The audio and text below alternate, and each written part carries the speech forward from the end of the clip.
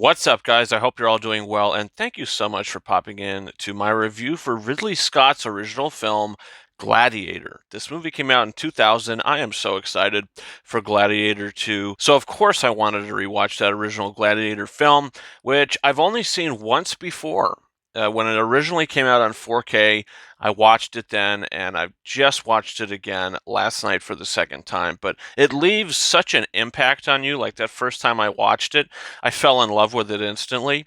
And after watching it again, I think I can say this is my favorite Ridley Scott film. It's this and Alien that I have back to back. But this movie is so timeless. It's so riveting. It's so emotionally engaging. And Russell Crowe winning Best Actor for this movie. This film won 5 Oscars, including Best Picture and Best Actor. And Russell Crowe is so good in this movie as Maximus, as a man who has it all in the beginning of the film and then gets stripped of everything and turns into a slave turned gladiator. And you have Joaquin Phoenix in this film as Commodus, who is one of the most hated film characters in history, I think, for me anyway. This guy is sick. He's despicable. He is just someone you look at and you just want to start gagging. When he realizes that his father has chosen Maximus instead of himself, his own son, for the throne, he says, "You know what? I'm going to kill you, Dad." Kills his father, banishes Maximus. He gets banished and he meets the right people, I guess, to bring him back in to the world of the Colosseum to get his vengeance in this life or the next. So you meet Djimon Hounsou, you meet Proximus. Proximus? Yeah, is that the guy's name? Proximo. Proximo. I'm trying to get these names right. And he's sort of the owner, if you will, of all these slaves, and he sets them up to be gladiators. And once the Colosseum opens to have these matches in these games, he takes them over and he says, "Let's go make some money." And Maximus is just doing so well. Commodus comes down. He wants to meet him, and originally he turns around and he says, "Don't turn your back to me." He turns around and he says, "I am Maximus." And he gives that excellent monologue: "Father to a dead son, husband to a dead wife, and I will have my vengeance in this life or the next." And Commodus is just like, oh, that he can't just kill Maximus because the crowd loves him and he wants to be loved. So it's just a really interesting sort of back and forth that the two have. And he tries to kill him. He sets out his best people, and they're just not able to do it until they have their final one-on-one match at the end of the film. This movie, I think, is riveting. I think the production value is fantastic. The acting is fantastic. Ridley Scott did such a great job with this movie, directing it. I think some of the visual effects don't hold up the best.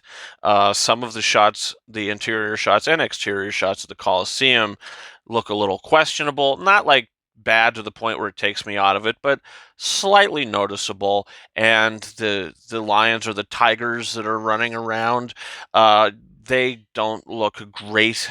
And when they're just kind of walking around in the background, they look fine. But when they're trying to get involved in some of the action, the tigers don't necessarily look that good.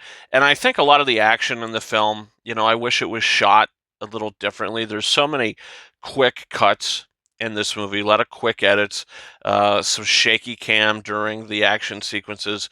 And I was like, okay, I don't really care for this. I wish that things were shot more wide, where you do get that occasionally, particularly the fight between Maximus and Commodus at the end of the film. A lot of nice wide shots, and you get to see the two of them just kind of duking it out. I think this is a great film. I hope the second movie, when there's action sequences in the second movie, I hope Ridley Scott is going to pull back and give us a lot more wide so we can actually fully see what's going on. Hans Zimmer's score is fantastic. This is pre-Pirates of the Caribbean, and you get a lot of hints of Pirates of the Caribbean in this score. But at the same time, it is its own thing, and it does have its own really nice themes. I think a lot of the action stuff in particular is very piratey sounding. But it's a great score. This movie, I think it's so heartbreaking at times when poor Maximus has to see his son and wife strung up, and dead. I mean, it was just really tragic. And by the end of it, you do feel that he did get his revenge. He kills Commodus, but at the same time, he stabbed him in the back before they went up. He literally stabbed him in the back, and he said, "Cover the wound. Let's not people see it." So he's bleeding out throughout this entire fight, and he continues to slash him up. And by the end of it, he just sort of collapses, and he dies, and he gets to reunite with his family.